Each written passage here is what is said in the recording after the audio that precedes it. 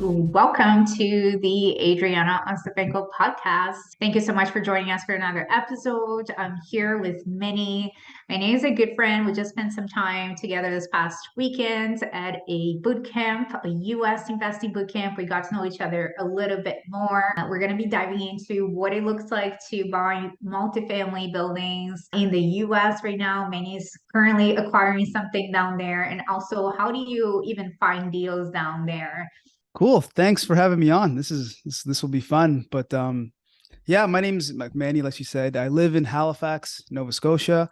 I've been investing here for about 4 years now. But then last summer, I transitioned a little bit away from investing, not only in Nova Scotia, but like Adriana said, but my focus is on in the States. A few reasons we can get into that later on. Better price per door, more opportunity, landlord friendly, all that stuff that you'll hear. And yeah, I haven't turned back since I joined the similar mentorship group that me and Adriana are both in. It's called Wealth Genius. I joined specifically to be mentored under a man named Thomas Larini. He's a Canadian. I think he's a dual citizen. So he lives in America. His wife's American. So he invests on both sides of the border, and he's a coach in this program. And I joined the program to be mentored by him to learn on how Canadians can invest on both sides of the border. And I've had a great time. I've learned a lot, and now I'm ready to kind of take some action down there because I think, like Thomas teaches, it's like not so much no longer investing in Canada, but it's just erasing the border. North America, where they're just, especially if a lot of your listeners are in Ontario, America's just right there. It's just a drive away. And there's a couple of things that kind of hold people back. They're scared, but once those two little things can be taken care of, it just kind of opens up the doors of opportunity for investors to go down there and take down some other bigger and better opportunities. I love that. So let me already dive into a couple of questions here. One is you talked about the benefits of investing down there. Let's give me like top three, four reasons why you started investing down in the US. Sure. So number one, I guess for me, it would be just more opportunity. Canada, I think we're pushing 40 million people. USA has, 350 plus million. There's a lot of people. So there's more deals for us investors to go after. There's high competition here. There's also very high competition there. So that's one thing, people need to understand. But just having so much inventory just makes it more feasible to take down these, especially bigger deals. Because that's kind of was one of my focuses. Like I'd like to buy, 100, 200 unit buildings. Here in Canada, that's tough. Just the competition is really, really, really hard. The people that can take down the deals here have a lot of capital, and they can buy deals knowing that they're not going to make money for 5 or 10 years because on the back end, it'll be good. But it's hard for guys like us and, investors. How can we sell this to our investors? You're not going to, hey, you're not going to make money for 5 years, but it's hard, right? But if you go to the States, easier to do. That would be number one. Number two, just landlord friendly. I'm sure Ontario people understand this. You have a tenant that's not paying rent. You got to be you're stuck with them. 6 months, a year. It's hard to get them out. Rent caps. Imagine all of the expenses that have gone up over the past couple of years: power, water, insurance, our mortgages. But you're capped to what's the cap in Ontario? 1-2%? So I have to say, don't know. I haven't purchased a property here in the last couple of years for the Smart. same reason. I've been investing in landlord-friendly provinces in Canada, but it's been averaging between 2.5 to like 2.8 year over year. Damn, it's tough, and it's It's same here. nothing. It's like $30, $35, per unit normally per year. So it's just really not a lot. No, it's not. And Nova Scotia, previous to COVID, we were a landlord-friendly state. We had no rent cap. But then since COVID, they implemented a 2% rent cap. It's supposed to be lifted at the end of this year, but there's no way. I feel like the civilians here would have just a mutiny. And so it'll probably go to maybe 5% and then 10%. And then maybe they might get rid of it, but I'd still be shocked. Whereas in the States, no rent cap, no a tenant doesn't pay rent, it doesn't take you 6 months, a year to get them out. Some places are real extreme, like Arkansas. You can be arrested after a couple of days if you don't pay the rent. It's pretty hardcore. Now, I don't think that's great. I think arresting somebody after 2 days, it's kind of a little extreme. But after 10 days, if someone's not paying rent or they indicate they have no intentions of paying rent, mortgages still need to be paid. You've signed a lease, you signed an agreement to pay your rent. So we should be able to get you out in a reasonable amount of time. And that's what a lot of the states that I focus on are. So that'd be number two. Let Number me just three. ask you, what are the Yeah. states that like are like, because I know it's not every single state. I know like New York, California, and other Yeah. states are not that landlord friendly. So what are like some of the states that you have looked at that are more landlord friendly for investors to take a look at? Sure. It's funny you ask. When I first got in, that was like my only criteria, landlord friendly states. So then I'd had hundreds of deals coming my way from like 20, 30 different states. And it was impossible for me to analyze them all or really understand a market because I can't know 30 markets, right? Not to be political, but a lot of the Republican states tend to be more landlord friendly. That's just kind of a trend that I have seen. But some ones that I've looked at, like Ohio, Texas, a lot of the Southern belt, Florida, Tennessee, North and South Carolina. These are a lot of ones that I focused on. But it's very easy to find, West Virginia. Like if you just Google landlord friendly states, you'll find probably like a good 20 of them, and then just kind of pick which ones kind of fit your investing criteria, because some of them aren't great to invest in. They might have dying populations. The returns might not be great.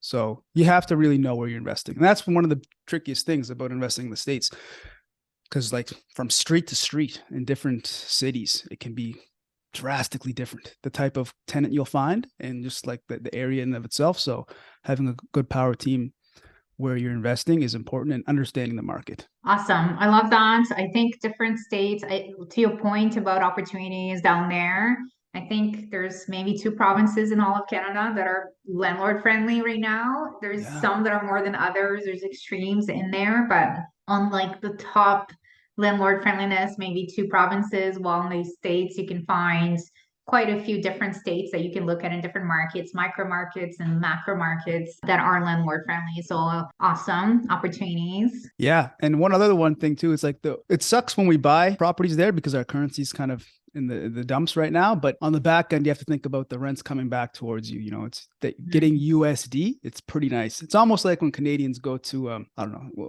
a country that their dollar is not strong. Like my family, we're Ethiopian. Like when my dad goes home, he's like, one Canadian is like 40 bucks Ethiopian. So not that You can extreme, have a but party. you can have a party. So if we have a dollar coming back from US, it's really like $1.35, $1.40 here. So now multiply that by like thousands. It's pretty noticeable. Yeah, for sure. I definitely think we all need to have a US account. We talked about Forex trading, accidental Forex trading by Yes. investing in the US. One more benefit there. Yep, exactly. So what was number three? I don't know if you remember anymore.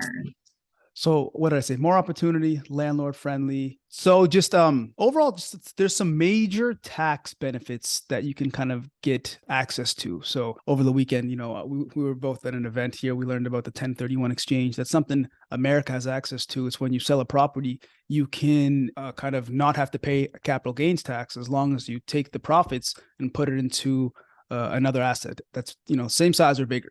So, and there's this other thing like opportunity zones. So America has had certain areas over the past few decades that have not grown and that have been a little bit rougher, but the government's put this thing in place where like if you invest here, you can also kind of get away with not having to pay capital gain. Just little things like that. They make it much more business friendly than it is here in Canada. Here, it's like, I think someone told me, the conservatives tried to implement a 1031 exchange maybe 10, 15 years ago.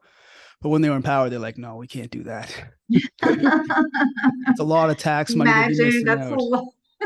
That's a lot of loss for the government here, not having the, capital gains Yeah. coming in. So They're talking about increasing it, I think, now to 75% or something like that. So it's not a business friendly environment by any means. that's right. And I think another point that you had brought it up to me on the weekend was just price per unit. Share Oh, with us what's yeah. the price per unit you're getting on your acquisition there. Oh, it's like 50 some K per door, and this is like, it's common. And it's not like we're not buying. So the price per door, it can sometimes fool people. I think I was telling you, like there are some deals you might see. It's like, oh, 20K door. This is incredible. But then when you do the research, it's like, it's a very, very rough area, low median income, high crime, very, very, very low market rents. It'll be impossible to stabilize. So you have to understand, again, like I said earlier, you have to know the market. But yeah, price per door, you can still get 50, 60K, good deals, good areas, good rents. It can cash flow very nicely. Here, I don't know, Nova Scotia, it's tough. The price per door for some of these bigger buildings, 250, 300K a door, like it's not uncommon. It's like a new build at this point. Why am I buying old stock from the 60s and 70s, but paying the same price as it costs to build it? Where you can go to the States and kind of buy these buildings that are cash flowing on the rip, right away, and on the refi too. So it's easier. You can turn them over faster. You can increase the rents faster, and there's more opportunity. I don't know. It kind of speaks for itself why I've focused there, and why a lot of Canadians are kind of focusing there as well. Crazy. So a friend of mine in Ohio, her cousin found a property they're building, sent it over to her, and they were charging 7,000 per door. And I'm like, no, no, no, no. I do not believe that. That's not even possible. But it's true though. I've seen Crazy. I've I'm like, I seen the need to see it numbers. to believe it. I know. I've seen 100-unit buildings that sold for $1 million. And it's like, what? You can buy a duplex here for $1 million. I know. That's crazy. Obviously, as they dug into it, like it was in a really tough area. The property management made a comment that, they'd have to go in there with guns and such to collect rent. Yeah. Probably not the kind of asset you want to buy and put in your portfolio. So to your point, make sure you know the market, make sure you're working with people, boots on the ground, and know what they're doing. But crazy to think that there is even opportunities like that out there. So fantastic. Tell me a little bit about what your process was to get in there. Like, how did you even start looking for deals down in the US? Honestly, when I first started, I just go to LoopNet. So it's just kind of like the realtor.ca, but just for American apartment buildings. It's loopnet.com. And when I first would go on there, it's like, there's so many apartments here. Like in Canada, especially Nova Scotia, it's very limited, but Crickets. yeah, it is crickets, especially for these bigger buildings, because they're just traded kind of privately. Because if you have connections, you can kind of get access to them before the public. But in the States, because their inventory is so high that they're just kind of listed. And I'm like, wow, I don't have to work as hard off the get-go.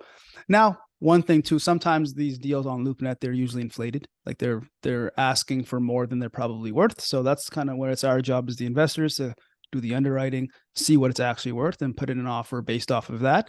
But yeah, that was step one. It just pretty easy, incredibly low barrier. Anybody can go on LoopNet to try to find them. But then the next level would be just like connecting with realtors down there, because the realtors, sometimes they get access to those deals before they hit LoopNet or CoStar or any of these platforms. So talking to them. So I networked with a few realtors, and it's funny. So on Bigger Pockets, there's like this little section where you can kind of reach out to the best realtors in each area.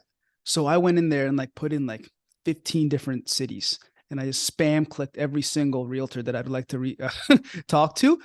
And then the very next morning, I had 50 text messages, because they must have automated responses. And I was extremely overwhelmed, because I can't respond to 50 people at once. But yeah, You start two at a time. I should have done just a You're couple. gonna do the strategy. It's a good strategy. Start 2, 3 at a time. Yes, learn from my mistake. Just pick one state and hit one or two realtors up, because there's a bunch, and just kind of learn from them, get access to their deals.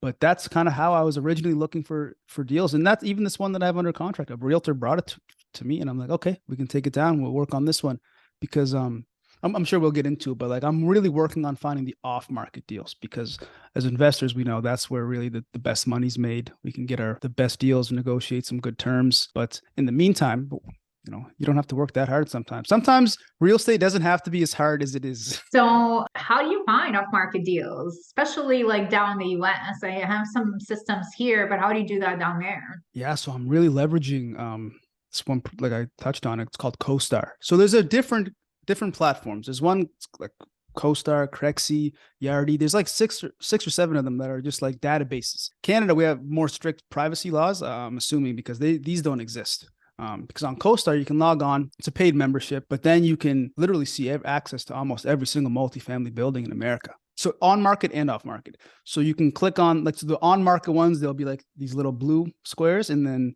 the off market ones will be gray. And then you can kind of click on the gray one, and then it'll tell you everything about the apartment building. It'll tell you who owns it, if it's a person, if it's a corp, whatever. But then it'll tell you who the true owner is. So like if it's owned by a corp, there'll be a true owner, which might just be a person, and then it'll have their name. And then sometimes it even has their email address, but it usually always has their phone number too. But then about the building itself, it'll tell you, the age of it, what kind of loan they have, what kind of interest rate they have, how much they owe on it, all of these things. So if you want to target apartment buildings that have no debt, so you can, kind of push seller financing, and also how long they've owned it. So like that's one of the big things that I do. I'll filter out so they've at least owned it for 10 years, because now they've built up a lot of equity and they consider selling it. So you can just, tailor these pretty precise searches for these exact apartments that you kind of want to target in these exact markets that you want to buy in, and then just reach out, cold call, email if it has their email. You can skip trace and sometimes find their addresses, like where they live, and send them a letter. So Wow, that's incredible. There is no such thing in Canada. Wholesalers work very hard at building their lists through different ways. The fact that you have this database, can you show it to us? I can show, yeah, for sure. I can share my screen. Love to see it. You mentioned you share with Martin. How do I go about sharing with somebody? Like, how do you do that? How we're doing it is, so Martin, he's another member of this program that we're in, Wealth Genius. He got access to this, at the end of last year. He's like, Manny, you got to get on this program, CoStar. I know you're into multifamily. We're both into the States. So he gave me a little an example one time. But so he had access to it. So how he got me involved is because, me and him are partners per se. So like we're a part of the same organization and we're working together. Like he's in the self-storage front and I'm on the multifamily side of it. So CoStar's like, okay, you're part of one company and now you can both get access to this program. So CoStar has all kinds of data, not just multifamily, like industrial, office, hospitality. If you want to buy hotels, there's even hospitals. Like I saw like a big hospital in New York that was for sale. I'm like, what? Oh my God. Incredible. But multifamily is the focus, right? So I always click multifamily. And then you can even pick the units. If you're looking for small multis, you can pick, or if you want bigger multis, you can pick. So I usually edit it to around 25 to 100 units, because that's kind of the building size that I'd like to buy pretty soon. And then you can kind of pick the location. So let's go Ohio. But even specifically, I can go. Let's go to a specific city. I'll go to Cleveland, and then it'll take you to this right here. So see all the gray little hexagon things there? Off-market multifamily buildings, or the blue ones are on market, that fit the 25 to 50 units. And then it's a lot, right? That is a ton. That's a ton of buildings. It's a ton. And I just want to show you Texas, actually, because I think Texas has more multifamily buildings than all of Canada. It just blows my mind every time I pull it up. And let me just Nomin. And in the corner, it'll tell me. So that's 27,000 properties, 27.7. And then let's say I want a little bit more precise, 25 to 100 units. That's still 5,600 properties that fit that criteria. And then if you want to, this is where you can kind of filter out to be more specific, what I mentioned earlier. Normally, I want an existing building. I don't want a new build. I don't want a building that's in the middle of construction. And then the age of the building is one thing that we kind of utilize it all. We like buildings that were built at least in the 60s all the way up to 2010. That's kind of like our sweet spot. Window. Yeah, our window. Because after 2010, now we're looking at those. They are still pretty new. They charge a little bit of a premium, but you can edit that as well. So I go to the building section and I go to year built, min 1960. Oh, I forgot to tell you, it also lets you choose if they're paying their mortgage or not. So like if they're delinquent on their mortgage. There's a default. Yeah, 30, 60, 90 days. You can edit that. You can filter that in. Or also if they're just straight in foreclosure. So you can get access to those as well. So all of these little things, they kind of add up. We'll just go with that for now. But that knocked it down from whatever 57 to 4,600. So buildings that are existing, built between that time frame, and then 3,900 actually And then I go to the list, and then it can literally just propagates this list for me of all of the lists. And then I can go to the owners, and it'll tell me the owners. And then I can just export this into an Excel spreadsheet, and then just give it to a VA, give it to a cold calling company, call all these people, 1,000 people. And there's actually cold calling companies that'll do this for you. They charge a little bit of money, but it can just be a part of the acquisition cost. And they usually need a certain amount. So like the one Well, company you had mentioned that to me. It was like a really large number. What was yeah, that again? 60,000. They needed 60,000 phone numbers, but they said they'd reach out to all 60,000 people within 4 months with follow-ups. So it might cost you, I think it was about 14,000 Canadian after 4 months. But like we said, if it brings in one deal, if one of those 60,000 deals hit, one of those, then it's like, it's nothing, right? Have you used one of those companies yet? I haven't yet. Before I went to that route, we're in the middle. I have one guy that's actually just like, I pay him to do it. So, he dedicates about 12 hours a week, and he's been cold calling people for me for about a month now. And we've had about, 3-4 leads come in from it, like decent ones. We haven't closed on them or anything, but it's kind of starting to trickle down. And we know the beauty's in the follow-up. Like, a bunch of them have said, we're not ready right now, but please reach out in 6 months. Please. Yeah. And then we'd consider selling at that time. So we keep doing that. We kind of build that relationship. We'll eventually get something. But yeah, that's the beauty of, I guess I didn't really click on any of these to go in depth on it, but it'll tell you a lot, like everything that I mentioned. And you don't even have to, just take my word for it. You can get a free CoStar rep to kind of walk you through all of it. So I know it pretty well, but like not as much as someone that sells the product knows. So you can just kind of have a quick intro call with them, and they'll teach you everything that you need to know from both the program, and then kind of go from there. But it's really amazing. It's one of many. There's other ones too, but Martin did a lot of research. He had intro calls with all of them, and he said, man, like, this is the best one. I love it. I mean, it's just like you said, the opportunities, it just like blows your mind because you don't have such thing. I just had a business call with my partner out in New Brunswick earlier today. And, we open like realtor.ca and we're looking at, and then like there's like one building, and there's an offer date on it and it's overvalued. Yeah. So, there's just not enough out there in the market, especially not enough that will make sense. Yeah. Yeah, exactly. Where you can go look down in the States, and it's the exact opposite.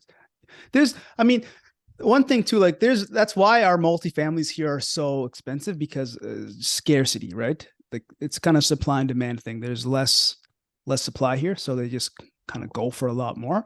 Whereas the States, there's more supply. They may cost a little bit less, but still, like the fundamentals of real estate, cash flow, principal pay down, still there. 100%. So exciting. So tell me a little bit about what it looks like for a Canadian to be buying down there. Was there anything specific that you had to do as a foreign buyer to get this building on the contract? To get it under contract, actually nothing. There was absolutely nothing I had to do. Just like any Canadian can get it under contract. Now, what gets tricky is just the financing. That's what we're going through now, because like you said, we're foreign investors, just complete aliens to USA. So they would just demand a little bit more upfront. So like our down payments would be higher, sometimes up to 50%. And the interest rates that they charge would just also be higher. Some workarounds a workaround for that would be like partnering with an American. So now, because like as foreign Canadians, I have no American credit. Like I have nothing, right? But an American would. So now like the American, the bank would be like, okay, there's a guy here that we know a little bit about. Now we can give him reasonable financing and kind of go from there.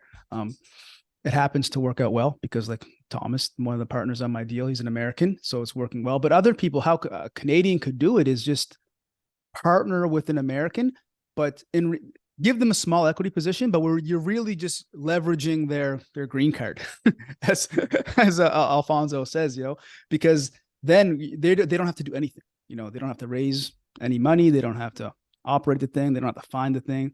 They just got to be an American. There's the qualifying Yeah, fees. exactly. Just the qualifier, which is very important. So, but like doing nothing, getting 5 or 10% of like a nice real estate transaction. It's pretty sweet. So yeah, finding an American that would be willing to do that for you, or the sweet spot would be just teaming up with an American that happens to be into real estate as well. That's how I'd get around it. And then one other piece that's also something that I would suggest to Canadians do is creating a really appropriate corporate structure, because if that's not done properly from the get-go, it can really cause issues down the line. So I would highly suggest finding a good cross-border attorney that knows how to do it and also understands your vision for the future. It's like, if you're just going to go buy a one-off, vacation rental in Florida, might not be super complex, but like if you want to scale up a few hundred door portfolio down there, you need to have plans. How are you going to do this? And yeah, having a good attorney and a good accountant on board is invaluable. I love that. Do you have anybody that you worked with that you've enjoyed? Yeah. So just again, being a part of Wealth Genius, we've had an opportunity to have presentations specifically in our little US group from lawyers and accountants that do exactly what we need them to do. So we have options. There's multiple guys that kind of do it. And one thing about accountants is like, you'll hear is like, you can talk to 4 or 5 different accountants. They'll tell you 4 or 5 different opinions. So it's really finding the one that really suits what you're doing, and you just kind of, vibe well with them, but also they have the track record. But yes, we have a $1 million Rolodex. It's kind of what Thomas calls it, of just these really investor focused lawyers, accountants, all that stuff. Amazing. Let's dive into your deal. So, because I love to give everybody an example of a deal that's happening live right now. Tell me a little bit about like just the location, where it's at, how many units, price per unit, and what the strategy is for the deal. So yeah, it's a 24 unit in Cleveland, Ohio. All large 3-bedroom units. It was just on the market, realtor.com down in the States. It was sitting on the market for about 2 months, and then a realtor kind of brought it towards us, and it was a little overpriced at the ask. So we just kind of went in, put an offer in about $100,000 under asking. We did the inspection just on Friday. We could probably knock down another 150. So that's 1.3-ish million for 24 all large 3-bedroom units. So it's about $54K a door. All the rents are currently between $800 and $900, but in this area, market's probably closer to 11 for nice 3-bedroom units. So there's an instant rent bump that we can do, and like Cleveland, Ohio is super landlord friendly, so it'll be easy for us to do. 3 of the units are already vacant, so we don't have to do much in that regard there. We just kind of do the light renos and get it rented out. It should really just be like a quick 1 to 2 year burr type of situation, and the numbers really sustain it, especially because we know apartment buildings, like the values are based off the NOI and the cap rate. And we were very conservative on what our rents could be and what the exit cap rate could be. And at the end of it, it would be just a perfect burr. All the investors would get their cash back after we finish, and it was still cash flow for about $4,000 a month afterwards.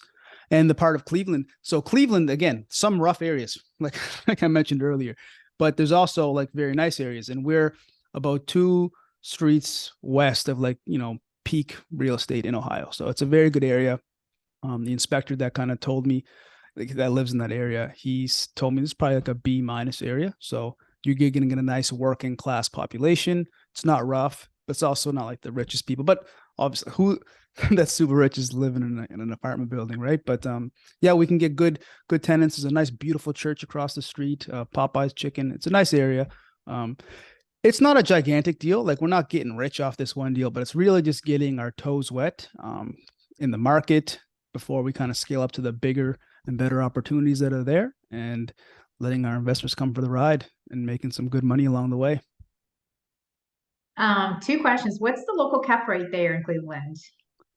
So we're seeing roughly about, so on the buy, it's like 7% cap rate, and on the exit, it's like an 8.5 cap. So like it really depends on like which little sub pocket we're looking at. But this one, it's about 8% cap rate, this area.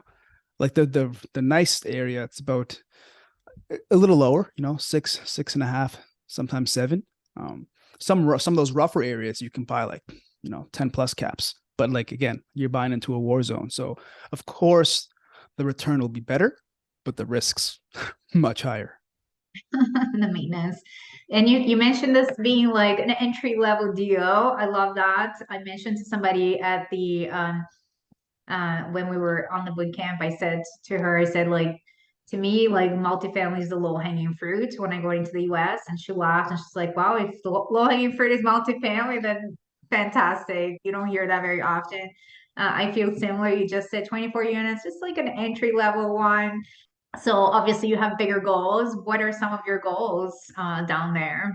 Man, it's like when I first got into real estate, it's like, those 100, 200 unit buildings, like those are the ones that I thought were really cool. I'm like, wow, I'd love to be a part of that. And I think just like the States gives you the opportunity to get into those ones and to really scale up a portfolio to, thousands of units. And that's not unrealistic. And you can kind of just do that. So like I said, it's a stepping stone, but I'd like to get a couple hundred units within the next year or so, and just kind of go ride the wave. That's what I love about real estate. You can kind of going with the flow, but at the same time, like I do have some long-term goals that I'd like to kind of target, and doing so in the States makes it much easier. Awesome. I love this. Any last like tips, information, anything you want to let anybody else out there know that would help them in their real estate journey, would help them in the US side? Yeah. So uh, investing in real estate, especially in USA, I would say that the biggest thing, just having the correct network. I know that like it's kind of cliche, the network is your net worth type of thing, but it's so important because you can very easily get yourself into a really tricky situation, whether it be a bad sub market, or you overpay, or you don't have the right structure made up, and then you get double taxed and you don't make any money, and then it's just unfortunate for everybody. So like really knowing what you want to do, being kind of intentional about why you're investing in the States. So it's like, okay, I want to buy large multifamily buildings. Some people don't like to team up, and that's fine, but like at least learning from somebody that's done it. So just to kind of avoid any mistakes that you'll make along the way. That's kind of why I'm sure you get into mentorship. Same with me. It's really to accelerate our growth and avoid the mistakes that our mentors made. So that's probably the biggest thing I say. Talk to somebody or learn from somebody that's done it to avoid those mistakes, because there are some intricacies. I love that. That's really great advice. I talk very often on the podcast and just on social media about the importance of education, network, coaching, like masterminds. That's really where I myself have been able to grow significantly just by being around the people that are doing the things that you want to do and normalizing success and being able to share their, how what not to do, and ultimately allows you to avoid so many mistakes. So agree with that. I love it. Congratulations on the growth here. I look forward to, I'm sure we're going to be podcasting a year from now and we're going to be talking about crazy deals. So I'm excited for that. I was just, as I told you earlier, I'm like emptying my computer. So I was just going through like podcasts or even meetings. I record a lot of my meetings from a year ago and just looking at where things are at now already. It's such massive growth. So I look forward to doing this again, let's say March 2024, circling back and being like, hey, give me the updates. What's going on? What happened? How much growth? So very exciting. Yeah, I can't wait. I think a lot can change in 1 year. I think about myself a year ago versus now, and it's like night and day. So March 2024, it'll be fun to see where we both are. I'm gonna put a reminder on my calendar to reach out to you next year and Yeah. just see how are things. Please do. That'd be great. Amazing. Thank you so much, Manny, for your time. How do you say your name? Can you say it for us? So my first name's Ammanuel, but everybody calls me Manny. So that's my name to you guys. If you're a friend of mine, you can call me Manny. My last name is Shiferaw. Yeah, Manny Shiferaw. You can follow me on Instagram to Shift Properties. I first made the account. It's kind of my nickname when I was younger was just Shift, because it's like the first four letters of my last name. So Shift Properties on Instagram. Yeah, that's it. Where else can people find you? So besides my Instagram's the main one, but then me and a couple of friends, we just started a podcast ourselves about just a month and a half ago. So it's called the Refined Real Estate Podcast. So you can find us on YouTube, Spotify, Apple Play, all that stuff. give us a like, subscribe, share. We talk about all things real estate. We release an episode once a week. I love it. Fellow podcasters, amazing. Congratulations on that as well. Thank you so much, Manny. I appreciate it. We'll circle back. If you're enjoying the content, feel free to subscribe to our channel as well to get more information about real estate, mindset, business, and wealth building. And we'll see you on the next episode.